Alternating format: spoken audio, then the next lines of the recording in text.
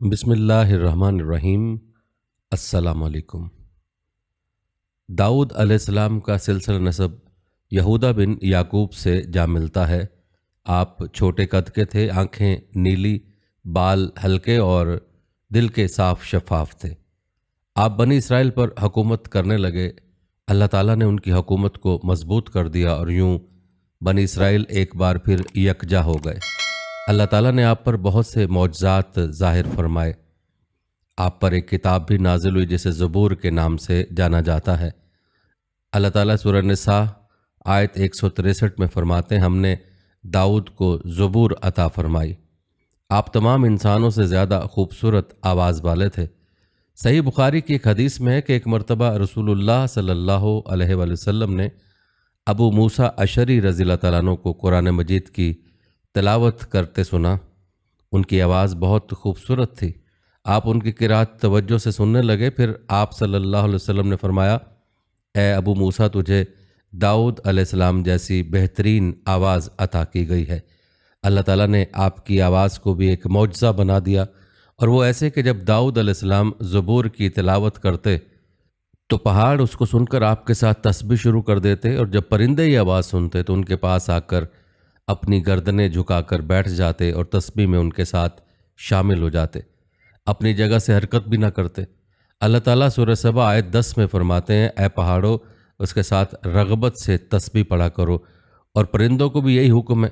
خود داؤد علیہ السلام کے بارے میں اللہ تعالیٰ کا فرمان ہے، اور ہمارے بندے داؤد کو یاد کریں جو بڑی قوت والا تھا، یقیناً وہ بہت رجوع کرنے والا تھا۔ اسی طرح اللہ تعالیٰ سورہ انبیاء آیت 79 میں فرماتے ہیں، اور ہم نے پہاڑ کو داؤد کے تابع کر دیا جو تسبیح کرتے تھے، اور پرندوں کو بھی، اور ہم ہی یہ سب کچھ کرنے والے تھے۔ اسی طرح سورہ صاد آیت 18 اور 19 میں اللہ تعالیٰ فرماتے ہیں، یقیناً ہم نے پہاڑوں کو اس کے تابع کر رکھا تھا کہ اس کے ساتھ شام کو اور صبح کو تسبیح خوانی کریں، اور پرندے بھی سب کے سب ان کے تابع رہتے تھے۔ یہ داؤد علیہ السلام کے معجزات تھے۔ اللہ تعالیٰ نے اور بھی کئی معجزات سے انہیں نوازا تھا۔ اللہ نے آپ کے لیے لوہے کو نرم فرما دیا تھا۔ آپ لوہے سے اس طرح چیزیں بنا لیتے تھے جس طرح لوگ گارے اور مٹی سے بنا لیتے ہیں۔ آپ لوہے سے زرہیں بناتے تھے۔ نوح علیہ السلام سے پہلے بھی زرہیں ہوتی تھیں، لیکن وہ تختیوں کی مانند ہوتی تھیں۔ ان کو سینے اور کمر کی طرف لٹکا لیا جاتا تھا، لیکن ان کا بوجھ بہت ہوتا تھا۔ آپ نے لوہے کی کڑیاں اور دائرے بنا کر ان کو خاص انداز میں جوڑ جوڑ زرہیں تیار کیں۔ یہ بہت ہلکا لباس تھا اور پورے جسم کو دشمن کے وار سے محفوظ رکھتا تھا۔ اللہ تعالیٰ سورہ سبا آیت 10 اور 11 میں فرماتے ہیں، اور ہم نے اس کے لیے لوہا نرم کر دیا کہ تو پوری پوری زرہیں بنا اور جوڑوں میں اندازہ رکھ۔ تم سب نیک کام کیا کرو، یقین مانو کہ میں تمہارے اعمال دیکھ رہا ہوں۔ ان آیات میں اللہ تعالیٰ فرماتے ہیں کہ داؤد علیہ السلام کو ہم نے حکم دیا کہ زرہیں لوگوں کے لیے نہایت موزوں ہونی چاہیے، ان کی کڑیوں کو بڑے مناسب انداز میں جوڑنا، نہ اس قدر موٹی ہوں کہ ان کا وزن بڑھ جائے، نہ اس قدر پتلی کہ جلد کٹ جائیں اور اپنا مقصد پورا نہ کر سکیں۔ اسی طرح اللہ تعالیٰ سورہ انبیاء آیت 80 میں فرماتے ہیں، اور ہم نے اسے تمہارے لیے لباس بنانے کی کاریگری سکھائی تاکہ لڑائی کے ضرر سے تمہارا بچاؤ ہو سکے۔ کیا اب تم شکر گزار بنو گے؟ بہرحال اس سند کے موجد داؤد علیہ السلام ہیں۔ اللہ تعالیٰ نے آپ کی حکومت کو خوب مضبوط کیا اور آپ کو زبردست فضائل اور معجزات سے مالا مال کیا۔ اللہ تعالیٰ سورہ صاد آیت 20 میں فرماتے ہیں، اور ہم نے اس کی سلطنت کو مضبوط کر دیا تھا اور اسے حکمت دی تھی اور بات کا فیصلہ سمجھا دیا تھا۔ آپ لوگوں کے درمیان نہایت عادلانہ فیصلے فرماتے تھے۔ آپ نبی بھی تھے، بادشاہ بھی اور قاضی بھی۔ آپ کی حکومت کے متعلق کئی احکامات نازل ہوئے، ان میں سے قرآن مجید میں ایک حکم عجیب انداز سے آیا۔ ہوا یوں کہ آپ نے عبادت اور عدالت کے لیے اوقات مقرر کر رکھے تھے۔ عبادت کے لیے ایک جگہ بنوا رکھی تھی، دن میں فیصلہ کرتے، رات کو عبادت۔ جب عبادت کرتے تو کسی کو ان کے پاس آنے کی اجازت نہیں تھی۔ ایک روز ایسا ہوا کہ دو آدمی بغیر اجازت اندر آ گئے۔ دروازہ بند تھا لیکن وہ دیوار پھلانگ کر اندر آ گئے۔ آپ ڈر گئے کہ کہیں حملہ ور نہ ہو۔ اللہ تعالیٰ سورہ صاد آیت 21 اور 22 میں فرماتے ہیں، اور کیا تجھے جھگڑا کرنے والوں کی بھی خبر ملی جبکہ وہ دیوار پھانگ کر محراب میں آ گئے؟ جب یہ داؤد کے پاس پہنچے تو ان سے ڈر گئے۔ وہ کہنے لگے خوف نہ کیجیے، ہم مقدمے کے دو فریق ہیں، ہم میں سے ایک نے دوسرے پر زیادتی کی ہے، لہٰذا آپ ہمارے درمیان حق کے ساتھ فیصلہ کر دیجئے اور نا انصافی نہ کیجیے اور ہمیں سیدھی راہ بتا دیجیے۔ داؤد علیہ السلام نے فرمایا بتاؤ تمہارا کیا مسئلہ ہے؟ ان میں سے ایک نے کہا یہ میرا بھائی ہے، اس کے پاس 99 دمبیاں اور میرے پاس ایک ہی دمبی ہے، لیکن یہ مجھ سے کہہ رہا ہے کہ اپنی یہ ایک بھی مجھے دے دے اور مجھ پر بات میں بڑی سختی برتتا ہے۔ اس آیت کی تفسیر میں ہے کہ ایک دمبی والے بھائی نے کہا یہ میرا بھائی بہت چالاک ہے، برے طریقے سے بات کرتا ہے، کہتا ہے کہ میری دمبیاں چرنے جاتی ہیں تو اپنی ایک دمبی کو بھی ان کے ساتھ بھیج دیا کرو۔ جب میری دمبی اس کی دمبیوں کے ساتھ آنے جانے لگ گئی تو اب یہ کہتا ہے کہ یہ بھی میری ہے، اب میں خالی ہاتھ ہوں۔ اس طرح میں اس کے ظلم کا نشانہ بن چکا ہوں۔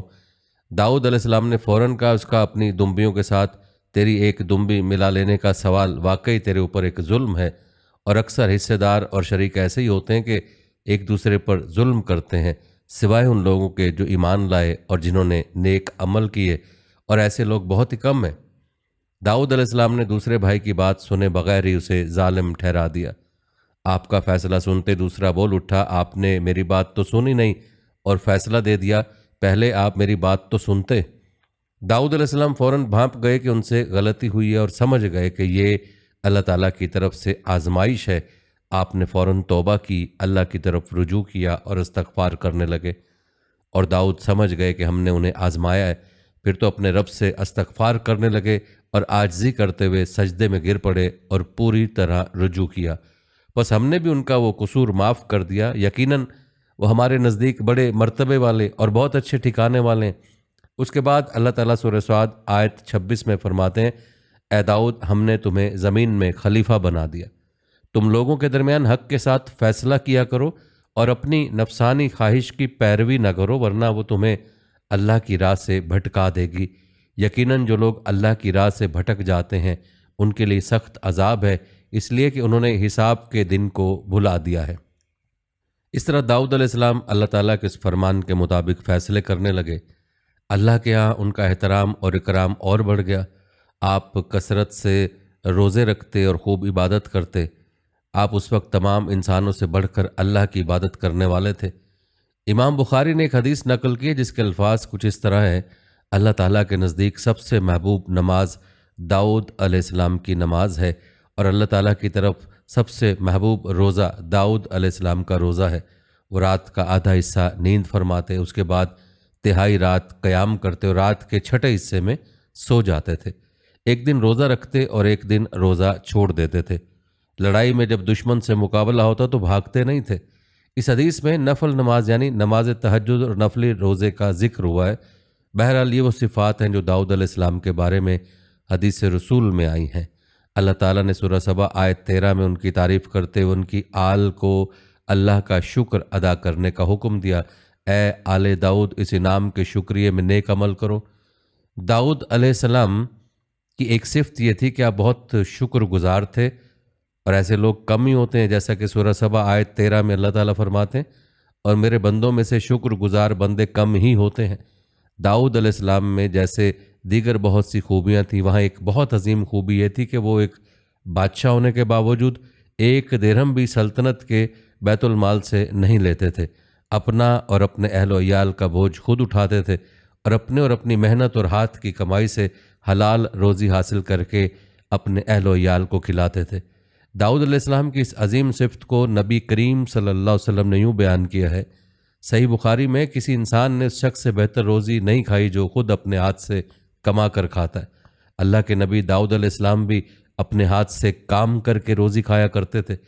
بعض مفسرین بیان کرتے ہیں کہ داؤد علیہ السلام دعا مانگا کرتے تھے کہ اے میرے اللہ کوئی ایسی صورت پیدا کر دے کہ میرے لیے ہاتھ کی کمائی آسان ہو جائے، کیونکہ میں بیت المال پر اپنا بوجھ نہیں ڈالنا چاہتا۔ تو اللہ تعالیٰ نے آپ کی اس خواہش کو اس فضیلت کے ساتھ قبول فرمایا کہ ان کے ہاتھ میں لوہے کو موم کی طرح نرم کر دیا، جس سے وہ زیریں بناتے اور انہیں فروخت کر کے اپنے اہل و عیال کی کفالت کرتے۔ داؤد علیہ السلام نے کتنی عمر مبارک پائی اس میں اختلاف ہے، چنانچہ اس کے متعلق مورخین کے اقوال کے علاوہ کوئی مستند بات نہیں ملتی۔ عبداللہ بن عباس رضی اللہ عنہ فرماتے ہیں کہ داؤد علیہ السلام کی وفات ہفتے کے دن اچانک ہوئی۔ وہ ہفتے کے دن مقررہ عبادت میں مشغول تھے اور پرندے کتاریں باندھے ان پر سایہ فگن تھے کہ اچانک اس حالت میں ان کا انتقال ہو گیا۔ اس کے بعد آپ کے فرزند ارجمند نے امور سلطنت کو سنبھال لیا۔ یہ سلیمان علیہ السلام تھے۔ آئیے اب آپ کو سناتے ہیں حضرت سلیمان علیہ السلام کا قصہ۔ اللہ تعالیٰ نے آپ کو بہت سی خوبیاں اور معجزات عطا فرمائے۔ سورہ نمل آیت 16 میں ہے، اور داؤد کے وارث سلیمان ہوئے، کہنے لگے لوگوں ہمیں پرندوں کی بولی سکھلائی گئی ہے اور ہم سب کچھ دیے گئے ہیں۔ بے شک یہ بالکل کھلا ہوا فضل الہی ہے۔ یہاں وراثت سے مراد مال نہیں بلکہ بادشاہت اور نبوت مراد ہے۔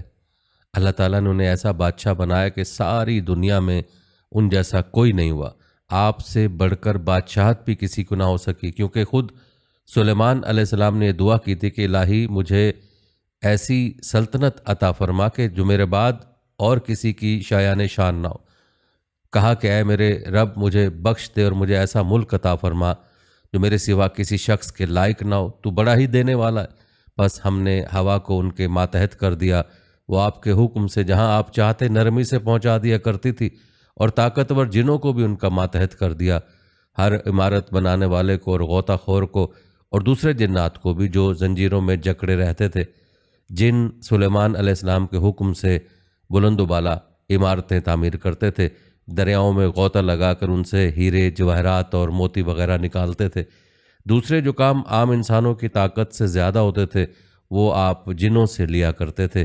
جو جن آپ کے حکم سے سرتابی کرتے یا شرارتیں کر کے کام میں رکاوٹ ڈالتے یا دوسروں کو تنگ کرتے تو آپ انہیں زنجیروں میں جکڑ کر قید خانے میں ڈال دیتے، اور یہ آپ پر اللہ کی طرف سے بہت بڑا انعام اور احسان تھا، جیسا کہ اللہ تعالیٰ سورہ صاد آیت 39 میں فرماتے ہیں، یہ ہے ہمارا عطیہ، اب تو احسان کر یا روک رکھ، کچھ حساب نہیں۔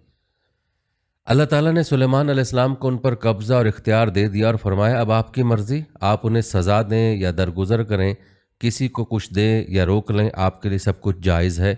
دوسرے مقام پر اللہ تعالیٰ سورہ سبا آیت 12 میں فرماتے ہیں، اور اس کے رب کے حکم سے بعض جنات اس کی ماتحتی میں اس کے سامنے کام کرتے تھے، اور ان میں سے جو بھی ہمارے حکم سے سرکشی کرے ہم اسے بھڑکتی ہوئی آگ کے عذاب کا مزہ چکھائیں گے۔ اس طرح اللہ تعالیٰ سورہ سبا آیت 13 میں فرماتے ہیں، جو کچھ سلیمان چاہتے جنات وہ تیار کر دیتے، مثلاً قلعہ، مجسمے اور حوضوں جیسے پیالے اور چولہوں پر جمی ہوئی مضبوط دیگیں۔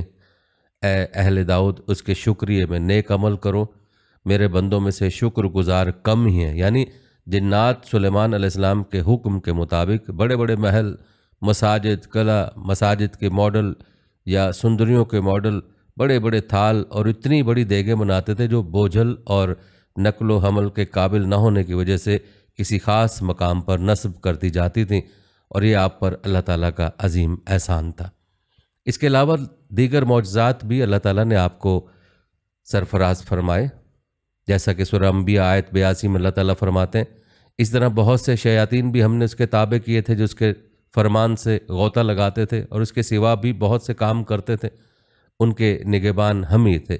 یہ تمام اقدار اللہ تعالیٰ نے آپ کو عطا کیا تھا۔ آپ کے معجزات میں سے ایک معجزہ یہ بھی تھا کہ ہوا آپ کے لیے مسخر یعنی مطیع و فرما بردار تھی۔ اللہ تعالیٰ سورہ صاد آیت 30 میں فرماتے ہیں، بس ہم نے ہوا کو ان کے ماتحت کر دیا، وہ آپ کے حکم سے جہاں آپ چاہتے نرمی سے پہنچا دیا کرتی تھی۔ اللہ تعالیٰ سورہ انبیاء آیت 81 میں فرماتے ہیں، اور ہم نے تیز و تند ہوا کو سلیمان کے تابع کر دیا جو اس کے فرمان کے مطابق اس زمین کی طرف چلتی تھی جہاں ہم نے برکت دے رکھی ہے، اور ہم ہر چیز کا علم رکھنے والے ہیں۔ اسی طرح اللہ تعالیٰ سورہ سبا آیت 12 میں فرماتے ہیں، اور ہم نے سلیمان کے لیے ہوا کو مسخر کر دیا کہ صبح کی منزل اس کی مہینے بھر کی ہوتی تھی اور شام کی منزل بھی مہینے بھر کی ہوتی تھی۔ دیگر معجزات کی طرح اللہ تعالیٰ نے سلیمان علیہ السلام کو یہ معجزہ بھی عطا فرمایا کہ تیز و تند ہوا کو ان کے تابع فرمان بنا دیا۔ آپ اس ہوا کو جس طرح کا حکم دیتے وہ حکم کی تعمیل کرتی، اور اس طرح آپ 1 ماہ کا سفر چند گھنٹوں میں طے کر لیا کرتے تھے۔ داؤد علیہ السلام کو تو اللہ تعالیٰ نے لوہے کی ڈھلائی کا کام سکھایا تھا، جبکہ سلیمان علیہ السلام کو لوہے کی ڈھلائی کے علاوہ تانبے کی ڈھلائی کا فن بھی سکھایا۔ سورہ سبا آیت 12 میں اللہ تعالیٰ فرماتے ہیں، ہم نے اس کے لیے تانبے کا چشمہ بہا دیا، اس چشمے میں پانی کی بجائے تانبا بہتا تھا، آپ اس سے جو چاہتے بنا لیتے۔ آپ گھوڑوں کو بہت پسند فرماتے تھے، آپ کے پاس بہت سے گھوڑے تھے۔ اللہ تعالیٰ سورہ صاد آیت 30 تا 33 میں فرماتے ہیں، اور ہم نے داؤد کو سلیمان عطا فرمایا جو بڑا اچھا بندہ تھا اور بے حد رجوع کرنے والا تھا۔ جب ان کے سامنے شام کے وقت تیز رو خاصے کے گھوڑے پیش کیے گئے تو کہنے لگے میں نے ان گھوڑوں پر اپنے پروردگار کی یاد کو ترجیح دی یہاں تک کہ آفتاب غروب ہو گیا۔ ان گھوڑوں کو دوبارہ میرے سامنے لاؤ۔ پھر تو ان کی پنڈلیوں اور گردنوں پر ہاتھ پھیرنے لگے۔ گھوڑے 20,000 سے زائد تھے۔ گھوڑوں کے معائنے میں ان کا روز مرہ کا ذکر رہ گیا۔ تب انہیں ذکر الہی کا خیال آیا جس پر انہیں سخت صدمہ اور کہنے لگے کہ میں گھوڑوں کی محبت میں اتنا گم ہو گیا کہ سورج غروب ہو گیا۔ تو ان گھوڑوں کو دوڑایا کہ وہ نظروں سے اوجھل ہو گئے۔ پھر انہیں دوبارہ طلب کیا اور پیار محبت سے ان کی پنڈلیوں اور گردنوں پر ہاتھ پھیرنا شروع کر دیا۔ امام بخاری نے ابو ہریرہ رضی اللہ عنہ سے روایت کیا کہ ایک مرتبہ سلیمان علیہ السلام نے ارادہ کیا کہ اس شب میں اپنی بیویوں کے ساتھ ازدواجی فریضہ ادا کروں گا تو میری ہر ایک بیوی سے لڑکا پیدا ہوگا اور وہ میدان جہاد کا مجاہد بنے گا، لیکن اس ارادے کے ساتھ انشاءاللہ کہنا بھول گئے۔ اللہ تعالیٰ کو جلیل القدر پیغمبر کا یہ طرز پسند نہ آیا، چنانچہ اللہ تعالیٰ نے سلیمان علیہ السلام کے اس دعوے کو اس طرح غلط ثابت کر دیا کہ تمام بیویوں میں سے صرف ایک بیوی کے ہاں مردہ بچہ پیدا ہوا۔ تب سلیمان علیہ السلام کو احساس ہوا کہ یہ انشاءاللہ نہ کہنے کا نتیجہ ہے، چنانچہ انہوں نے فوری توبہ کی اور انشاءاللہ کہنے کو اپنا معمول بنا لیا۔ اللہ تعالیٰ نے آپ کو فیصلہ کرنے کی زبردست صلاحیت عطا فرمائی تھی۔ سورہ انبیاء آیت 87 میں داؤد اور سلیمان کو یاد کیجئے جبکہ وہ کھیت کے معاملے میں فیصلہ کر رہے تھے کہ کچھ لوگوں کی بکریاں اس میں چر گئی تھیں اور ان کے فیصلے میں ہم موجود تھے۔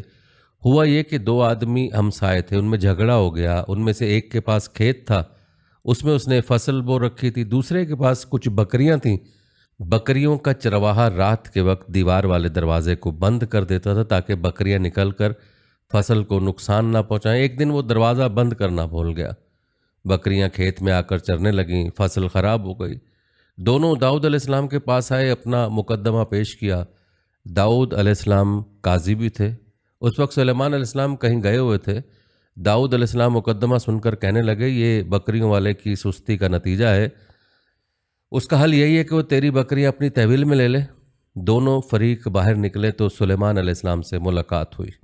انہوں نے تفصیل سن کر فرمایا میرے ساتھ آؤ۔ وہ انہیں داؤد علیہ السلام کے پاس لے اور بولے اس مقدمے کا اس سے بہتر فیصلہ یہ ہے کہ یہ بکریاں زمین والے کو دے دیں اور زمین بکریوں والے کو۔ بکریوں والا زمین کو پہلی حالت میں اگا دے گا تو آپ دونوں کی چیزیں انہیں لٹا دیں۔ اس دوران کھیتی کا مالک بکریوں کے دودھ سے فائدہ حاصل کرتا رہے گا۔ یہ فیصلہ زیادہ بہتر ہے، اس سے بکریوں والا اپنی بکریوں سے بالکل محروم نہ ہوا اور کھیتی والے کا نقصان پورا ہو گیا۔ یہ فیصلہ آپ کو اللہ تعالیٰ نے سمجھایا تھا۔ اللہ تعالیٰ سورہ انبیاء آیت 89 میں فرماتے ہیں ہم نے اس کا صحیح فیصلہ سلیمان کو سمجھا دیا، ہاں ہر ایک کو ہم نے علم و حکمت سے نوازا تھا۔ بخاری اور مسلم میں ایک حدیث ہے، اس میں اسی قسم کا ایک واقعہ بیان ہوا ہے کہ دو عورتیں اپنا مقدمہ داؤد علیہ السلام کے پاس لائیں۔ دونوں کو اللہ نے ایک ایک بچہ دے رکھا تھا۔ ایک بھیڑی نے حملہ کر کے بڑی عمر والی کا بچہ چیر پھاڑ ڈالا۔ عورت چلاک تھی، اس نے چھوٹی عمر والے کا بچہ چھین لیا کہ یہ میرا بچہ ہے۔ داؤد علیہ السلام نے دیکھا بچہ بڑی عورت کے پاس ہے تو اس کے حق میں فیصلہ دے دیا۔ سلیمان علیہ السلام نے داؤد علیہ السلام سے اجازت چاہتے ہوئے کہا کیا میں اس مقدمے کا فیصلہ کر سکتا ہوں؟ انہوں نے اجازت دے دی۔ سلیمان علیہ السلام نے عورت سے کہا بچہ مجھے دے دو۔ بچہ ہاتھ میں لے کر انہوں نے تلوار نکالی اور دونوں عورتوں سے فرمایا میں اس کے 2 ٹکڑے کر کے تم دونوں میں برابر برابر تقسیم کرنے لگا ہوں۔ یہ سن کر بڑی عورت بولی کہ ٹھیک ہے، جبکہ چھوٹی عورت مامتا کی وجہ سے چلا اٹھی کہ آپ اسے زندہ رہنے دیں اور اسے دے دیں۔ یہ سنتے ہی سلیمان علیہ السلام بول اٹھے تو ہی اس کی ماں ہے، جس سے اپنے بچے کے ٹکڑے دیکھنا برداشت نہ ہو سکا، پھر بچہ اسے دے دیا۔ سلیمان علیہ السلام کا ایک تیسرا واقعہ قرآن میں یوں ہے، سورہ نمل آیت 17 اور 18 میں ہے، اور سلیمان کے سامنے ان کے تمام لشکر جنات، انسان اور پرندوں میں سے جمع کیے گئے، ہر قسم الگ الگ کھڑی کر دی گئی۔ جب وہ چیونٹیوں کے میدان میں پہنچے تو ایک چیونٹی نے کہا اے چیونٹیوں اپنے اپنے گھروں میں گھس جاؤ، ایسا نہ ہو کہ بے خبری میں سلیمان اور ان کا لشکر تمہیں روند ڈالے۔ ان تمام لشکروں کو اکٹھا کیا گیا تھا۔ اللہ تعالیٰ نے چیونٹی کی بات سلیمان علیہ السلام کو سنوا دی۔ سورہ نمل آیت 19 میں اس بات پر سلیمان مسکرا کر ہنس پڑے اور دعا کرنے لگے کہ اے پروردگار تو مجھے توفیق دے کہ میں تیری نعمتوں کا شکر بجا لاؤں جو تو نے مجھ پر انعام کی ہیں، اور میں ایسے نیک اعمال کرتا رہوں جن سے تو خوش رہے، اور مجھے اپنی رحمت سے نیک بندوں میں شامل فرما۔ آپ کا ایک واقعہ ملکہ بلقیس کے ساتھ پیش آیا۔ سورہ نمل آیت 20 تا 25 میں ہے، آپ نے پرندوں کی دیکھ بھال کی اور فرمانے لگے، کیا بات ہے کہ ہدہد نظر نہیں آ رہا؟ کیا وہ واقعی غیر حاضر ہے؟ یقیناً میں اسے سخت سزا دوں گا، یا اسے ذبح کر ڈالوں گا، یا وہ میرے سامنے کوئی معقول وجہ بیان کرے۔ کچھ زیادہ دیر نہ گزری تھی کہ اس نے آ کر کہا کہ میں ایک ایسی خبر لایا ہوں کہ آپ کو اس کی خبر ہی نہیں، اور میں سبا کی ایک سچی خبر آپ کے پاس لایا ہوں۔ میں نے دیکھا ہے کہ ان کی بادشاہ ایک عورت ہے جسے ہر قسم کی چیز سے کچھ نہ کچھ دیا گیا ہے، اور اس کا تخت بھی بڑا عظیم ہے۔ میں نے اسے اور اس کی قوم کو اللہ تعالیٰ کو چھوڑ کر سورج کو سجدہ کرتے ہوئے پایا ہے۔ شیطان نے ان کے کام مزین کر کے انہیں دکھلا کر سیدھے راستے سے ہٹا دیا ہے، پس وہ ہدایت پر نہیں آتے کہ اسی اللہ کو سجدہ کریں جو آسمانوں اور زمینوں کی پوشیدہ چیزوں کو باہر نکالتا ہے، اور جو کچھ تم چھپاتے اور ظاہر کرتے وہ سب کچھ جانتا ہے۔ ہدہد نے اللہ تعالیٰ کی یہ صفات اس لیے بیان کی کہ اپنی حس کے ذریعے زمین میں پانی والے حصے کا پتہ چلا لیتا ہے۔ سلیمان علیہ السلام کو بھی یہی ہدہد بتایا کرتا تھا کہ پانی کہاں ہے، جنات کے ذریعے پانی نکلواتے تھے۔ یہ اطلاع سن کر سلیمان علیہ السلام حیران ہوئے۔ آپ نے ہدہد سے کہا، ہم ابھی تمہاری بات کی تصدیق کر لیتے ہیں۔ سورہ نمل آیت 27 اور 28 میں سلیمان نے کہا، اب ہم دیکھیں گے کہ تو نے سچ کہا ہے یا تو جھوٹا ہے۔ میرے اس خط کو لے جا کر انہیں دے دے، پھر ان کے پاس سے ہٹ اور دیکھ کہ وہ کیا جواب دیتے ہیں۔ آپ نے خط لکھ کر اسے دیا۔ ہدہد وہ خط لے کر ملکہ بلقیس کے محل پہنچا۔ خط اس کے سامنے گرا کر خود دیوار پر جا بیٹھا۔ خط دیکھ کر ملکہ بلقیس نے کہا، وہ کہنے لگی، اے سردارو، میری طرف ایک بوقت خط ڈالا گیا ہے جو سلیمان کی طرف سے، اور جو بخشش کرنے والے مہربان اللہ کے نام سے شروع ہے، یہ کہ تم میرے سامنے سرکشی نہ کرو اور مسلمان بن کر میرے پاس آ جاؤ۔ اس نے کہا، میرے سردارو، تم میرے اس معاملے میں مجھے مشورہ دو۔ میں کسی امر کا قطعی فیصلہ جب تک تمہاری موجودگی اور رائے نہ ہو نہیں کیا کرتی۔ ان سب نے جواب دیا کہ ہم طاقت اور قوت والے سخت لڑنے بھیڑنے والے ہیں، آگے آپ کو اختیار ہے، آپ خود ہی سوچ لیجئے کہ ہمیں آپ کیا کچھ حکم فرماتی ہیں۔ اس نے کہا کہ بادشاہ جب کسی بستی میں گھستے ہیں تو اسے اجاڑ دیتے ہیں اور وہاں کی باعزت لوگوں کو ذلیل کر دیتے ہیں، اور یہ لوگ بھی ایسا ہی کریں گے۔ میں انہیں ایک ہدیہ بھیجنے والی ہوں، پھر دیکھ لوں گی کہ قاصد کیا جواب لے کر لوٹتے ہیں۔ ملکہ بلقیس یہ اندازہ کرنا چاہتی تھی کہ سلیمان علیہ السلام کس قسم کے بادشاہ ہیں، اور یہ کہ ان کے خلاف لڑ سکیں گے یا نہیں۔ چنانچہ اس نے فلسطین کی طرف بے شمار تحائف روانہ کیے تاکہ لڑائی کی نوبت نہ آئے، لیکن جب یہ تحائف سلیمان علیہ السلام کے پاس پہنچے تو آپ غضبناک ہو گئے۔ بس جب قاصد سلیمان کے پاس پہنچا تو آپ نے فرمایا، کیا تم مال سے مجھے مدد دینا چاہتے ہو؟ مجھے تو میرے رب نے اس سے بہت بہتر دے رکھا ہے جو اس نے تمہیں دیا ہے، بس تم ہی اپنے تحفے سے خوش رہو یا ان کی طرف واپس لوٹ جاؤ۔ ہم ان کے مقابلے پر وہ لشکر لائیں گے جن کے سامنے لڑنے کی ان میں طاقت نہیں، اور ہم انہیں ذلیل و پست کر کے وہاں سے نکال باہر کریں گے۔ قاصد ان کا جواب سن کر یہ صورتحال دیکھ کر دہشت زدہ ہو گئے۔ انہوں نے بلقیس کے پاس جا کر ساری حقیقت بیان کر دی۔ ملکہ بلقیس نے انہیں پیغام بھجوایا کہ ہم اسلام قبول کرنے کے لیے تیار ہیں۔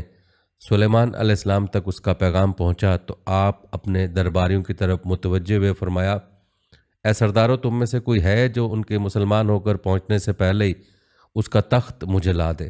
ایک کوی ہیکل جن کہنے لگا، آپ اپنی مجلس سے اٹھیں، اس سے پہلے میں اسے آپ کے پاس لا دیتا ہوں۔ یقین مانیے کہ میں اس پر قادر ہوں اور ہوں بھی امانت دار۔ جس کے پاس کتاب کا علم تھا وہ بول اٹھا کہ آپ پلک جھپکائیں، اس سے بھی پہلے میں اسے آپ کے پاس پہنچا سکتا ہوں۔ جب آپ نے اسے اپنے پاس موجود پایا تو فرمانے لگے، یہی میرے رب کا فضل ہے تاکہ وہ مجھے آزمائے کہ میں شکر گزاری کرتا ہوں یا ناشکری۔ شکر گزار اپنے ہی نفع کے لیے شکر گزاری کرتا ہے، اور جب ناشکری کرے تو میرا پروردگار بے پرواہ اور کرم کرنے والا ہے۔ حکم دیا کہ اس کے تخت کی صورت بدل دو تاکہ معلوم ہو جائے کہ یہ راہ پا لیتی ہے یا ان میں سے ہوتی ہے جو راہ نہیں پاتے۔ تخت لانے والے آدمی کے متعلق جو آیا ہے کہ اس کے پاس کتاب کا علم تھا، تو مفسرین کا اس کے بارے میں اختلاف ہے کہ وہ کون تھا۔ قرآن کریم کے الفاظ سے جو معلوم ہوتا ہے وہ اتنا ہی ہے کہ وہ کوئی انسان ہی تھا جس کے پاس کتاب الہی کا علم تھا۔ اللہ تعالیٰ نے کرامت اور اعجاز کے طور پر اسے یہ قدرت دے رکھی تھی کہ پلک جھپکتے وہ تخت لے آیا۔ پھر سلیمان علیہ السلام نے تخت میں تبدیلی کا حکم دیا۔ تخت میں تبدیلی کا حکم سن کر اس میں سے ہیرے جواہر نکال دیے گئے اور دوسری جگہوں پر لگا دیے گئے۔ سورہ نمل آیت 42 اور 43 میں پھر جب وہ آ گئی تو اس سے کہا گیا کہ ایسا ہی تیرا بھی تخت ہے؟ اس نے جواب دیا کہ یہ گویا وہی ہے، ہمیں اس سے پہلے ہی علم دے دیا گیا تھا اور ہم مسلمان تھے۔ اسے انہوں نے روک رکھا تھا کہ جن کو وہ اللہ کو چھوڑ کر پرستش کرتی رہی تھی، یقیناً وہ کافر لوگوں میں سے تھے۔ اب سلیمان علیہ السلام کی ملکہ بلقیس سے گفتگو شروع ہوئی۔ پھر وہ اسے تخت کے پاس لے اس سے پوچھا کیا تیرا تخت بھی اسی طرح کا ہے؟ اس نے بہت اچھا اور فصاحت سے بھرپور جواب دیا۔ اس نے نہ تو یہ کہا کہ ہاں، کیونکہ وہ تو اپنا تخت پیچھے سبا کے علاقے میں چھوڑ آئی تھی، یہاں کیسے آ سکتا تھا؟ نہ اس نے یہ کہا کہ نہ، کیونکہ یہ وہی محسوس ہو رہا تھا، البتہ اس میں قدر تبدیلی محسوس ہو رہی تھی۔ اس نے عجیب جملے میں جواب دیا کہ یہ وہی لگتا ہے۔ سلیمان علیہ السلام یہ جواب سن کر حیران ہوئے۔ اب آپ نے اسے اپنی سلطنت کا غلبہ دکھانے کے لیے ایسا منظر دکھایا جو کسی بشر نے آج تک نہیں دیکھا۔ چنانچہ آپ اسے ایک محل میں لے گئے۔ یہ مکمل طور پر شیشے کا تھا، اسے دوسری طرف دیکھا جا سکتا تھا۔ فرش بھی شیشے کا تھا، شیشے کے نیچے پانی چھوڑا گیا تھا، پانی چلتا رہتا تھا۔ آپ اسے لیے اندر داخل ہوئے تو وہ حیران ہوئی کہ محل میں پانی بہہ رہا ہے۔ اس نے اپنا لباس کچھ اوپر کر لیا کہ بھیگ نہ جائے۔ اس نے اپنا پاؤں پانی پر رکھنا چاہا تو وہ شیشے پر پڑا۔ اور زیادہ حیران ہوئی اور شرمندہ بھی کہ دھوکہ کھا گئی، اور یہ سب کچھ جنات کے ذریعے تیار کرایا گیا تھا۔ سورہ نمل آیت 44 میں اللہ تعالیٰ فرماتے ہیں، اس سے کہا گیا کہ محل میں چلی چلو، جسے دیکھ کر یہ سمجھ کر کہ یہ حوض ہے اس نے اپنی پنڈلیاں کھول دیں۔ سلیمان نے کہا یہ ایسا محل ہے جس میں نیچے بھی شیشے جڑے ہوئے ہیں۔ کہنے لگی میرے پروردگار، میں نے اپنی جان پر ظلم کیا، اب میں سلیمان کے ساتھ اللہ رب العالمین کی مطیع اور فرما بردار بنتی ہوں۔ یہ عظیم سلطنت دیکھ وہ جان گئی کہ سلیمان علیہ السلام صرف بادشاہ ہی نہیں، نبی بھی ہیں۔ چنانچہ اس نے فوراً ایمان قبول کر لیا۔ سلیمان علیہ السلام کا سب سے بڑا کارنامہ یہ ہے کہ آپ نے مسجد اقصیٰ تعمیر کروائی۔ اس کی پہلی تعمیر یعقوب علیہ السلام نے کرائی تھی۔ صحیح حدیث میں ہے کہ رسول اللہ صلی اللہ علیہ وسلم سے پوچھا گیا زمین میں کون سی مسجد سب سے پہلے تعمیر کی گئی؟ آپ نے فرمایا مسجد حرام، یعنی مکہ معظمہ والی مسجد۔ پھر آپ سے پوچھا گیا کہ اس کے بعد کون سی مسجد زمین میں بنائی گئی؟ آپ صلی اللہ علیہ وسلم نے جواب دیا مسجد اقصیٰ۔ جب بخت نصر نے قدس پر قبضہ جما لیا تو اس نے مسجد اقصیٰ ڈھا دی، لیکن پھر سلیمان علیہ السلام کو اللہ تعالیٰ نے بادشاہت عطا کی۔ انہوں نے ازسر نو تعمیر کا کام شروع کرایا۔ اس کے ساتھ ہی انہوں نے ہیکل سلیمانی بھی تعمیر کروایا۔ یہود آج تک اس کو مقدس سمجھتے ہیں۔ یہ مسجد اقصیٰ کے بالکل قریب ہے۔ مسجد اقصیٰ کی فضیلت میں بہت سی روایت ملتی ہیں، جیسا کہ رسول اللہ صلی اللہ علیہ وسلم کا ارشاد ہے، مسجد حرام میں ایک نماز کا ثواب 1,00,000 نمازوں کے برابر ہے، مسجد نبوی میں ایک نماز کا ثواب 1,000 نماز کے برابر ہے، اور مسجد اقصیٰ میں 500 نمازوں کے برابر ثواب ملتا ہے۔ مسند احمد بن عبداللہ بن عمر بن عاص رضی اللہ عنہ سے روایت ہے کہ رسول اللہ صلی اللہ علیہ وسلم نے فرمایا جب سلیمان علیہ السلام نے بیت المقدس کو تعمیر کیا تو اللہ تعالیٰ سے 3 دعائیں مانگیں، ان میں سے اللہ تعالیٰ نے 2 قبول فرمائیں اور ایک کے بارے میں ہم امید رکھتے ہیں کہ وہ ہمیں ملے گی۔ انہوں نے پہلا سوال یہ کیا کہ مجھے ایسی حکومت دے جو تیری حکومت کے موافق ہو، عدل و انصاف کی فراوانی اور کسی پر ظلم و زیادتی نہ ہو۔ اللہ نے یہ دعا قبول فرمائی۔ دوسرا سوال یہ کیا مجھے ایسا ملک عطا فرما جو میرے سوا کسی شخص کے لائق نہ ہو۔ اللہ تعالیٰ نے یہ دعا بھی قبول فرما لی۔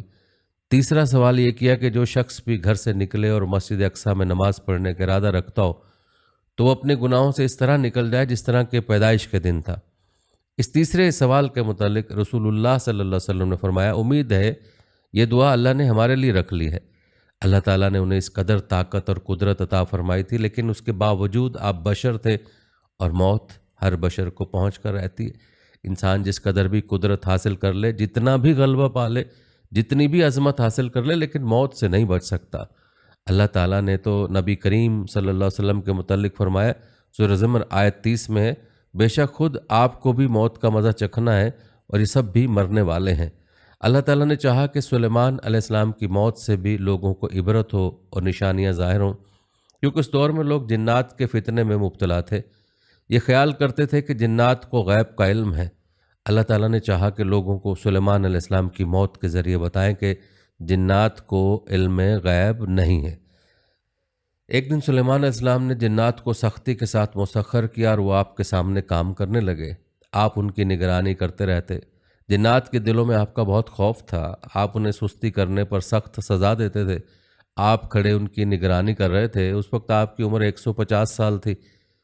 جنات بیت المقدس کی تعمیر میں مصروف تھے، ایسے میں آپ نے اپنا عصا پکڑا اور اس پر اپنی ہتھیلیاں ٹکا دیں، پھر ہتھیلیوں پر اپنا سر رکھ دیا۔ اس طرح ان کی نگرانی کرتے رہے۔ اسی حالت میں اللہ تعالیٰ نے آپ کی روح قبض کر لی، تاہم آپ کی آنکھیں کھلی رہیں۔ ادھر جن مسلسل کام میں لگے رہے، وہ یہی خیال کرتے رہے کہ سلیمان علیہ السلام زندہ ہیں اور انہیں دیکھ رہے ہیں۔ آپ کا خلیفہ آیا تو وہ جان گیا آپ انتقال کر گئے، لیکن اس نے بھی جنات پر یہ بات ظاہر نہ کی۔ اس طرح 2 سال گزر گئے۔ جن اس قدر سخت نگرانی پر حیران تھے، وہ دیکھ رہے تھے کہ 2 سال سے سلیمان علیہ السلام نے حرکت تک نہیں کی، پلک تک نہیں جھپکی۔ ادھر اللہ تعالیٰ نے دیمک کو سلیمان علیہ السلام کے عصا پر مسلط کر دیا۔ وہ اندر اندر لاٹھی کو کھوکھلا کرتی رہی، آخر لاٹھی ٹوٹ گئی، سلیمان علیہ السلام زمین پر گر گئے۔ اس وقت جنات کو پتہ چلا کہ انہیں فوت ہوئے تو عرصہ دراز ہو چکا ہے۔ تب انسانوں کو بھی معلوم ہو گیا کہ جنات کو غیب کا علم نہیں ہے۔ اللہ تعالیٰ سورہ صاد آیت 14 میں فرماتے ہیں، پھر جب ہم نے ان پر موت کا حکم بھیج دیا تو ان کی خبر جنات کو کسی نے نہ دی سوائے گھن کے کیڑے کے جو ان کے عصے کو کھا رہا تھا۔ پس جب سلیمان گر پڑے تو اس وقت جنات نے جان لیا کہ اگر وہ غیب دان ہوتے تو ذلت کے عذاب میں مبتلا نہ رہتے۔ اس طرح اللہ تعالیٰ نے لوگوں کو مطلع کر دیا کہ جنات بھی مخلوق ہیں، غیب دان نہیں۔ اللہ تعالیٰ ہی ان پر قادر ہے۔ اسی کے ساتھ سلیمان علیہ السلام کا قصہ اپنے اختتام کو پہنچا۔ آئیے اب آپ کو سناتے ہیں حضرت الیاس علیہ السلام کا قصہ۔ اس حالت میں دن گزر رہے تھے اور ملک شام میں کفر سر اٹھا رہا تھا، پھل پھول رہا تھا۔ زیادہ زور لبنان کے علاقہ جات میں تھا، وہاں نئے سرے سے بتوں کی پوجا شروع ہو گئی تھی۔ اللہ کی طرف سے ہدایت آ جانے کے بعد وہ پھر سے خباثتوں پر اتر آئے تھے۔ ان حالات میں بالبک شہر میں بنی اسرائیل کا ایک ایسا گروہ ظاہر ہوا جنہوں نے ایک بت ایجاد کیا، اس کا نام بال رکھا۔ اسی کے نام پر شہر کا نام بالبک ہے۔ اللہ تعالیٰ نے ان کی طرف معزز پیغمبر الیاس علیہ السلام کو مبعوث فرمایا۔ آپ کا سلسلہ نسب یوں ہے: الیاس بن یاسین بن فیناز بن ایزار بن ہارون علیہ السلام۔ اللہ تعالیٰ سورہ صافات آیت 123 تا 132 میں ان کا تذکرہ یوں فرماتے ہیں، اور بے شک الیاس بھی پیغمبروں میں سے تھے، جبکہ انہوں نے اپنی قوم سے فرمایا کہ تم اللہ سے نہیں ڈرتے؟ کیا تم بال نامی بت کو پکارتے اور سب سے بہتر خالق کو چھوڑ دیتے ہو؟ اللہ جو تمہارا اور تمہارے اگلے تمام باپ دادوں کا رب ہے۔ لیکن قوم نے انہیں جھٹلایا، پس وہ ضرور عذاب میں حاضر کیے جائیں گے، سوائے اللہ کے مخلص بندوں کے۔ ہم نے الیاس کا ذکر خیر پچھلوں میں بھی باقی رکھا کہ الیاس پر سلام ہو۔ ہم نیکی کرنے والوں کو اسی طرح بدلہ دیتے ہیں، وہ ہمارے ایماندار بندوں میں سے تھا۔ قرآن مجید میں ان کا نام الیاس بتایا، انجیل یوحنا میں ان کو ایلیا نبی کہا گیا۔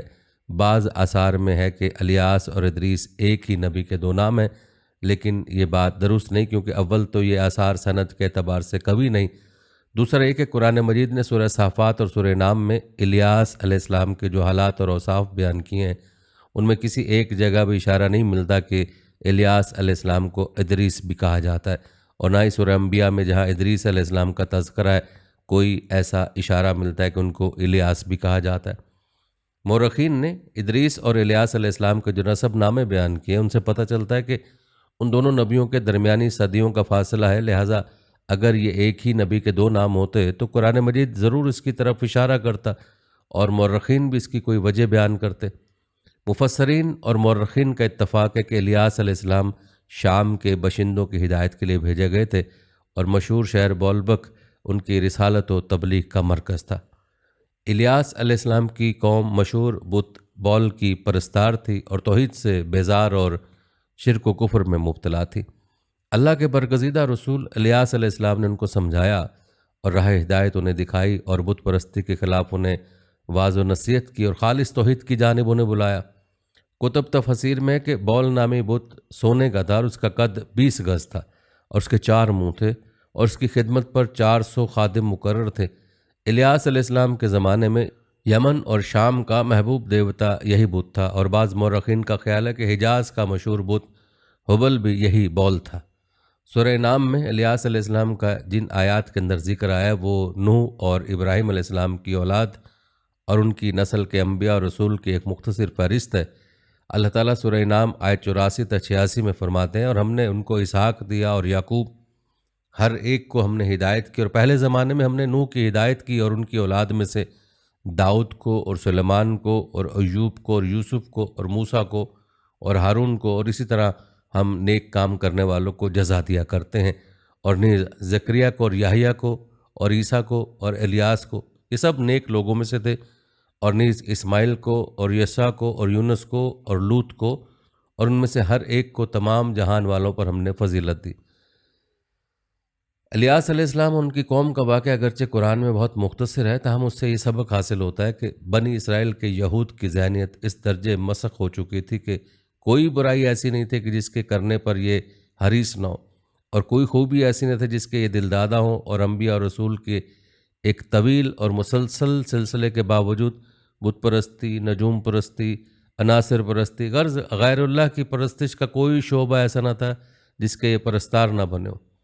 قرآن مجید میں بنی اسرائیل سے متعلقہ واقعات میں جہاں ان کی بدبختی اور کجروی پر روشنی پڑتی ہے، وہاں میں یہ نصیحت و عبرت بھی حاصل ہوتی ہے کہ اب جب کہ انبیاء اور رسول کا سلسلہ ختم ہو چکا اور خاتم النبیین کی نبوت اور قرآن مجید کے آخری پیغام میں سلسلے کو ختم کر دیا، تو ہمارے لیے از حد ضروری ہے اسرائیل کی مست فطرت اور تباہ ذہنیت کے خلاف احکام الہی کو مضبوطی سے پکڑیں، اور ان میں ہیلہ سازی اور ٹیڑھ پن سے کام نہ لیں، ان کی خلاف ورزی کی جرت نہ کریں، اور ہمارا شیوا سپرد و تسلیم ہونا چاہیے، نہ کہ انکار و انحراف۔ اسلام کے یہی اور صرف یہی معنی ہے۔ اب ہم شروع کرتے ہیں یونس علیہ السلام کا قصہ۔ یونس علیہ السلام ایک عظیم اور کریم نبی تھے۔ ان کا قصہ قرآن کریم میں ایک انوکھا قصہ ہے۔ آپ کے والد کا نام متا تھا اور آپ سیدنا ابراہیم علیہ السلام کی نسل سے تھے۔ آپ کا ایک نام ذوالنون بھی ہے، یعنی مچھلی والے۔ ذوالنون کا مطلب ہے مچھلی، اس طرح آپ کو صاحب الحوت بھی کہا جاتا ہے۔ اللہ تعالیٰ نے آپ کو ان سب ناموں سے پکارا ہے۔ آپ کو ایک عظیم بستی کی طرح مبعوث کیا گیا۔ اس بستی کا نام نینوا تھا۔ یہ عراق کے شمال میں واقع تھی، محصل کے بالمقابل تھی۔ ان دونوں کے درمیان دریائے دجلہ واقع تھا۔ محصل دریائے دجلہ کے کنارے واقع تھا، جبکہ اس کے بالکل سامنے نینوا کی بستی تھی۔ امام ابن کثیر رحمۃ اللہ علیہ نے نینوا کے بارے میں اور ان آثار و واقعات کے بارے میں لکھا ہے جو ان کے زمانے میں موجود تھیں۔ وہاں کچھ بت تھے جو اوندھے منہ گرے پڑے تھے۔ اللہ تبارک تعالیٰ نے یونس علیہ السلام کو نینوا کی طرف رسول بنا کر بھیجا۔ سورہ صافات آیت 139 میں، اور بے شک یونس رسولوں میں سے تھے۔ آگے اللہ آیت 147 میں فرماتے ہیں، ہم نے اسے 1,00,000 بلکہ اور زیادہ آدمیوں کی طرف بھیجا، یعنی ان کی تعداد 1,00,000 سے زیادہ تھی۔ رہا یہ سوال کہ لاکھ سے کتنے زیادہ تھے؟ اکثر علماء کرام نے وضاحت کی ہے کہ وہ 1,00,000 سے قریباً 20,000 زیادہ تھے۔ اس طرح بستی والوں کی تعداد 1,20,000 تھی، اور یہ سب کے سب کفر پر تھے۔ یونس علیہ السلام انہیں سال ہر سال دعوت دیتے رہے، لیکن وہ اپنے کفر پر ہی ڈٹے رہے۔ پھر انہوں نے سیدنا یونس علیہ السلام پر ظلم و جبر شروع کر دیا، انہیں دھمکیاں دیں، مصائب و آلام سے دوچار کیا۔ مطلب یہ کہ جس طرح دوسرے انبیاء کرام کے ساتھ کیا گیا، ان کے ساتھ بھی وہی سلوک ہوا۔ آخر آپ نے اپنی قوم کو اللہ کے عذاب سے آگاہ کرتے ہوئے اعلان فرما دیا کہ فلاں دن تم پر عذاب آ جائے گا۔ پھر خود غصے کی حالت میں اس بستی سے نکل گئے، جبکہ اللہ تعالیٰ نے انہیں متعین دن کی مہلت دینے کی اجازت تو دی تھی، لیکن اس بستی سے نکل جانے کا حکم نہیں دیا تھا۔ جب آپ نے انہیں یہ مہلت سنائی تو خود غصے کی حالت میں بستی سے نکل گئے۔ سورہ انبیاء آیت 87 میں اللہ تعالیٰ فرماتے ہیں، مچھلی والے کو یاد کرو جبکہ وہ غصے سے چل دیا اور خیال کیا کہ ہم اسے نہ پکڑ سکیں گے۔ اس آیت کی تفسیر میں امام رازی رحمہ اللہ لکھتے ہیں، جس نے یہ گمان کیا کہ اللہ تعالیٰ اسے پکڑنے کی قدرت نہیں رکھتا، وہ آدمی کافر ہے۔ سیدنا امیر معاویہ رضی اللہ عنہ سے روایت ہے، انہوں نے سیدنا ابن عباس رضی اللہ عنہ سے کہا، آج رات قرآن کریم کی چند آیات کے معنی میں الجھ کر رہ گیا، مجھے کوئی راستہ سجائی نہیں دے رہا تھا کہ اس الجھن سے کس طرح نکلوں۔ مجھے بس آپ ایسے نظر آئے ہیں جو ان آیات کا مطلب بتا سکتے ہیں، کم از کم میں ان آیات کی تفسیر اور تعبیر نہیں سمجھ سکا۔ ابن عباس رضی اللہ تعالیٰ عنہ نے پوچھا، وہ کون سی آیات ہیں؟ سیدنا امیر معاویہ رضی اللہ تعالیٰ عنہ کہنے لگے، یونس علیہ السلام کا یہ خیال کرنا کہ اللہ تعالیٰ ان پر قدرت نہیں رکھتے۔ یہ سن کر سیدنا ابن عباس رضی اللہ تعالیٰ عنہ نے فرمایا، اس سے مراد یہ نہیں، یہ لفظ قدر یہاں تنگی کے معنی میں آیا ہے، قدرت اور طاقت رکھنے کے معنی میں نہیں۔ اللہ تعالیٰ نے قدر بامانی تنگی اور قدر بامانی قدرت دونوں کا استعمال کیا ہے۔ تنگی کے معنی کی مثال سورہ طلاق آیت نمبر 7 میں، اور جس پر اس کے رزق کی تنگی کی گئی ہو اسے چاہیے کہ جو کچھ اللہ تعالیٰ نے اسے دے رکھا ہے اسی میں سے اپنی حیثیت کے مطابق دے۔ تو اس آیت میں بھی یہی معنی مراد ہے کہ انہوں نے گمان کر لیا ہم ان پر تنگی نہیں کریں گے، یعنی ان کا خیال یہ تھا کہ اگرچہ وہ اللہ تعالیٰ کی اجازت کے بغیر نکل کھڑے ہوئے پھر بھی اللہ ان پر تنگی نہیں کریں گے، کیونکہ اللہ کے ایک معزز نبی اور رسول ہیں اور ان کی قوم کے لوگ اللہ کی گرفت اور اس کے عذاب کے مستحق ہیں۔ انہی پر اللہ کا عذاب نازل ہونے والا ہے۔ اس عذاب کی خبر انہیں پہلے ہی سنا دی گئی اور مہلت دے دی گئی ہے، مگر خود اگرچہ اللہ کی اجازت کے بغیر ہی چلے آئے ہیں پھر بھی انہیں سرزنش نہیں کی جائے گی اور وہ کسی گرفت میں نہیں آئیں گے۔ اللہ تعالیٰ ان کے لیے کوئی تنگی نہیں فرمائیں گے۔ اللہ تعالیٰ سورہ انبیاء آیت 87 میں فرماتے ہیں اس نے خیال کیا کہ ہم اسے پکڑ نہیں سکیں گے، مطلب یہ کہ ہم انہیں کوئی سزا نہیں کریں گے اور ان پر کسی طرح کی تنگی نہیں کریں گے، اور وہ سمندر کی طرف چل دیے۔ انہی دنوں میں عذاب الہی کی کچھ علامات بستی پر ظاہر ہونا شروع ہو گئی۔ ایک بہت بڑا سیاہ بادل ان کی طرف بڑھنے لگا، اس بادل میں آگ کے شعلے دکھائی دینے لگے۔ ان لوگوں نے یہ بادل ان متعین دنوں میں سے پہلے دن دیکھ لیا۔ اس کو دیکھتے ہوئے سمجھ گئے کہ جس طرح سیدنا یونس علیہ السلام نے انہیں آگاہ کیا تھا یہ عذاب ان پر نازل ہو کر رہے گا، اور جو عذاب سیدنا لوط علیہ السلام کی قوم پر آیا تھا اس کے بارے میں بھی اچھی طرح جانتے تھے۔ وہ بستی ان کی بستی کے قریب ہی تھی، اس لیے وہ ڈر گئے۔ ان کے سردار جمع ہوئے اور کہنے لگے جیسے تم سے پہلے لوگوں پر عذاب اترا کرتے تھے تم پر بھی یہ نازل ہو کر رہے گا، جلدی کرو سب جمع ہو جاؤ۔ چنانچہ انہوں نے اس بات پر انفاق کر لیا کہ سیدنا یونس علیہ السلام نے بالکل سچ فرمایا تھا۔ اللہ کی قسم یہ بالکل وہی عذاب ہے، تم اللہ کے عذاب سے نجات نہیں پا سکو گے۔ اس سے بچنے کی ایک ہی صورت ہے کہ تم ایمان لے آؤ اور توبہ کر لو۔ اس طرح وہ سب کے سب ایمان لے آئے، لیکن سیدنا یونس علیہ السلام وہاں موجود نہیں تھے۔ ان کی عدم موجودگی میں سب کے سب یعنی 1,20,000 افراد ایمان لے آئے۔ انہوں نے پیوند لگے کپڑے پہنے اور اللہ کے حضور عاجزی، انکساری اور آہوزاری شروع کر دی، رونے لگے، اللہ سے بخشش مانگنے لگے۔ پھر اسی حالت زار میں باہر کھلے میدان کی طرف نکل آئے۔ ان کے سرداروں نے سب کو الگ الگ کر دی، یہاں تک کہ ماں اور بیٹے کو بھی جدا کر دیا۔ سب اپنی اپنی جگہ پر یعنی ماں اپنی جگہ پر اور بیٹا اپنی جگہ پر آہوزاری کرنے لگے تاکہ ان پر اللہ تعالیٰ کی رحمت نازل ہو جائے۔ یہ عذاب 3 دن تک ان کے سروں پر منڈلاتا رہا اور یہ بھی مسلسل آہوزاری کرتے رہے، اپنی عاجزی ظاہر کرتے رہے، معافیاں مانگتے رہے۔ آخر کار اللہ تعالیٰ نے ان پر رحم و کرم فرما دیا اور عذاب کو ان سے پھیر دیا۔ اللہ تعالیٰ سورہ یونس آیت 98 میں فرماتے ہیں چنانچہ کوئی بستی ایمان نہ لائی، ایمان لانا اس کے لیے فائدہ مند ہوتا سوائے یونس کی قوم کے۔ مطلب یہ کہ سابقہ امت میں سے کسی کے بارے میں یہ سننے میں نہیں آیا کہ پوری قوم ایمان لے آئی ہو۔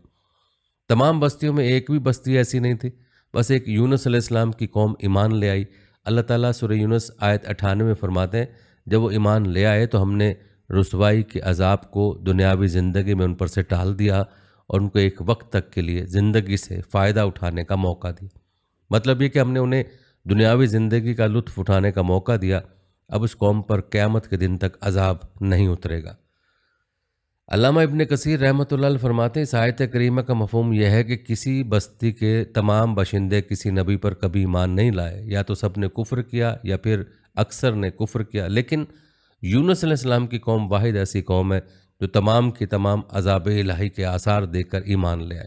سابقہ ادوار میں جتنی بھی بستیاں گزریں ان میں اہل ایمان کے ساتھ یا تو کفار رہے ہیں یا ان میں منافقین بھی رہے ہیں، سوائے یونس علیہ السلام کی قوم کے۔ وہ سب کے سب کافر تھے، سب ایمان لے آئے۔ اللہ تعالیٰ کے عجائبات میں سے ہے اور اس کی قدرت اور رحمت کی نشانیوں میں سے۔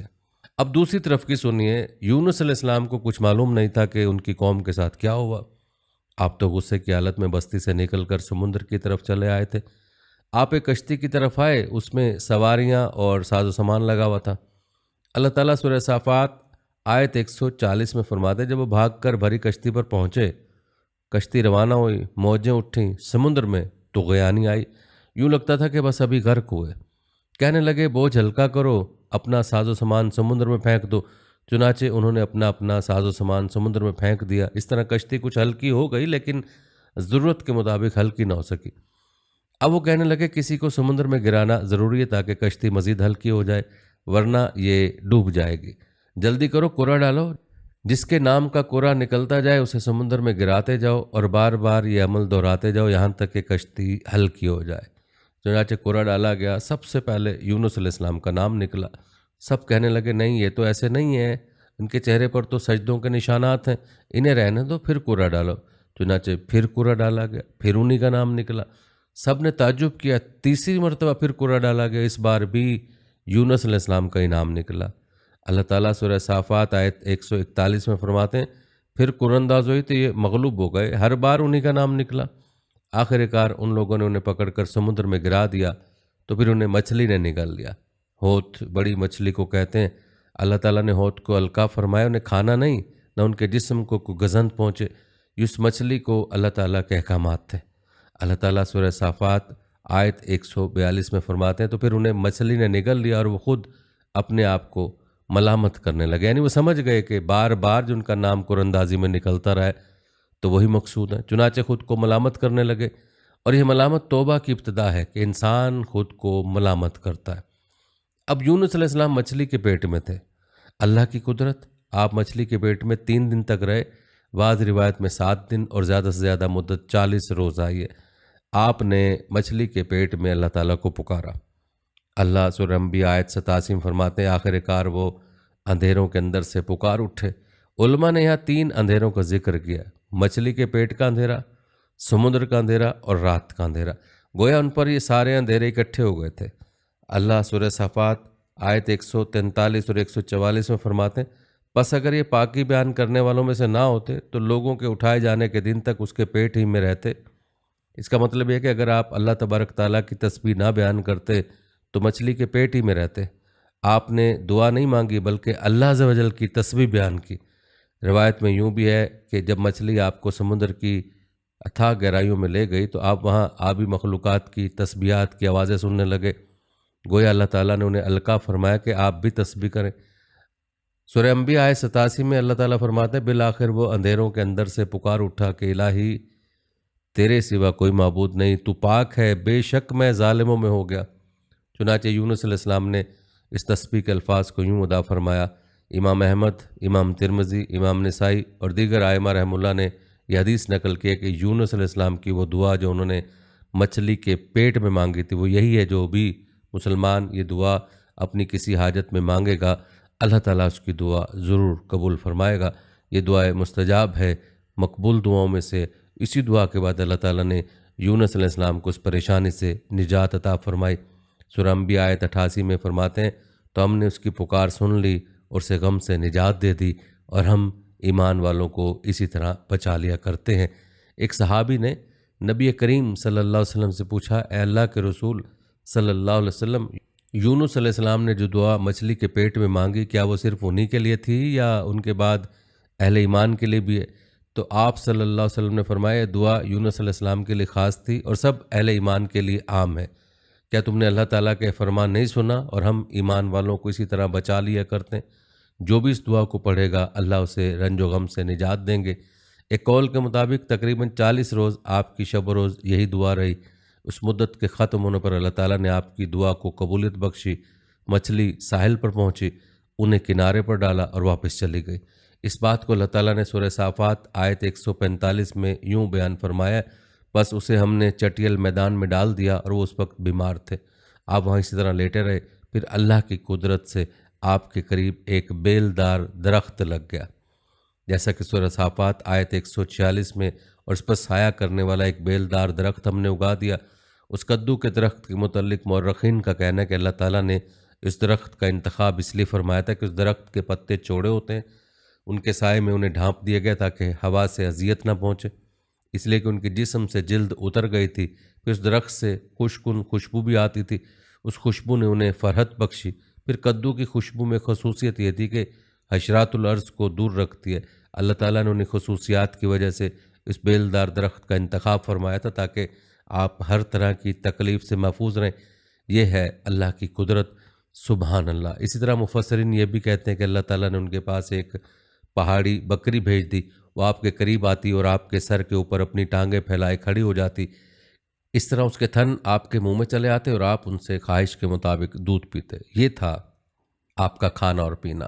رفتہ رفتہ آپ کی حالت بہتر ہو گئی، توانا اور درست ہو گئے، پھر آپ اٹھنے کے قابل ہو گئے، اور یہ سب اللہ تعالیٰ کی مہربانی سے ہوا۔ جب آپ کی صحت لوٹ آئی تو اللہ تعالیٰ نے آپ کو پھر آپ کی قوم کی طرف بھیجا، جیسا کہ سورہ صافات آیت 148 میں، اور ہم نے اسے 1,00,000 بلکہ اور زیادہ آدمیوں کی طرف بھیجا، بس وہ ایمان لے آئے اور ہم نے انہیں ایک زمانے تک عیش و عشرت دی۔ وہ سب کے سب آپ پر ایمان لے آئے تھے۔ اللہ تعالیٰ نے اس قصے کے ذریعے نبی کریم صلی اللہ علیہ وسلم کو اشارہ فرمایا کہ دعوت دیتے ہوئے اکتانا نہیں۔ اللہ سورہ قلم آیت 48 میں فرماتے ہیں، اور مچھلی والے کی طرح نہ ہو جائیے، ان لوگوں کو دعوت حق دیتے رہیے۔ دیکھیے وہ سالہ سال دعوت دیتے رہے لیکن اکتائے نہیں، ان سے مایوس نہیں ہوئے۔ ان کی پوری بستی میں سے ایک بھی ان پر ایمان نہیں لایا تھا، لیکن جب ان سے مایوس ہو گئے تو انہیں اللہ کے عذاب سے آگاہ کر دیا اور منہ پھیر کر چل دیے، تو وہ سب کے سب ایمان لے آئے۔ اللہ تعالیٰ سورہ قصص آیت 56 میں فرماتے ہیں، آپ جسے چاہیں ہدایت نہیں دے سکتے، بلکہ اللہ تعالیٰ ہی جسے چاہتا ہے ہدایت دیتا ہے۔ اس قصے میں بہت بڑا سبق ہے کہ کسی بھی حالت میں اللہ کی رحمت سے مایوس نہیں ہونا چاہیے، اور نہ ہی ہدایت کے معاملے میں اپنی ذات پر بھروسہ کرنا چاہیے۔ ہدایت تو بس اللہ تعالیٰ ہی کی طرف سے ہے، آپ کے ذمے تو پیغام حق پہنچا دینا ہے، اللہ سبحانہ تعالیٰ کے ذمے ہدایت سے نوازنا ہے۔ اللہ نے انہیں پاک صاف بنا دیا، انہیں چن لیا۔ اللہ خود ہی سورہ قلم آیت 50 میں وضاحت فرماتے ہیں، اسے اس کے رب نے پھر نوازا اور اسے نیک لوگوں میں کر دیا۔ امام مسلم نے ایک حدیث روایت کی کہ نبی کریم صلی اللہ علیہ وسلم نے فرمایا، تم میں سے کوئی شخص ہرگز یہ نہ کہے کہ میں یعنی محمد یونس بن متی سے بہتر ہوں، یعنی یوں نہ کہیے کہ میں سیدنا یونس علیہ السلام سے افضل ہوں۔ وہ اس طرح کہ وہ تو اپنی قوم کے ایمان لانے سے مایوس ہو گئے تھے اور میں مایوس نہیں ہوں، اس طرح بالکل نہ کہے، کیونکہ بالآخر اللہ تعالیٰ نے آپ کو چن لیا اور برگزیدہ بنا لیا اور صالحین میں داخل کر لیا۔ اس واقعے میں نبی کریم صلی اللہ علیہ وسلم کو جو ہدایت دی گئی ہے اس کا ذکر سورہ قلم آیت 41 میں آتا ہے، پس تو اپنے رب کے حکم کے صبر سے انتظار کر اور مچھلی والے کی طرح نہ ہو جا۔ مطلب یہ کہ یونس علیہ السلام کی مانند نہ ہو جائیے جو اپنی قوم کے ایمان لانے سے مایوس ہو گئے تھے۔ یقیناً دین کی دعوت اور حق کے پرچار میں یہ بہت عظیم سبق ہے، داعی اللہ کو کبھی مایوس نہیں ہونا چاہیے۔